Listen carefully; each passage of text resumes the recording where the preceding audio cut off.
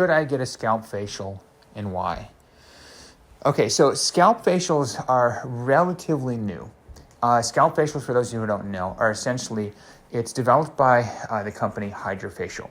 And you're taking a similar technology to what they use on the face, and you're going to apply that onto your scalp. The thought process here is that with all of our shampoos and chemicals and stress and UV and skin and oil and inflammation, a lot of that resides in our scalp. So even though we're using shampoos and trying to wash this out, a lot of it doesn't get to the root, and a lot of it doesn't importantly get to the scalp. So cleaning this off, improving this, and getting rid of all this is a great foundational way to kind of de-stress the scalp, clarify it, and get our hair looking healthier.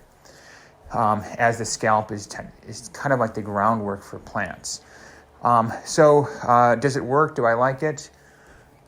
Yeah, I've had a scalp facial. Actually, I think I like it better than an actual facial, like an actual HydraFacial. I mean, I like them both. They both serve different purposes. But over here, I was surprised at how much oil and how much skin and how much debris came out of my scalp.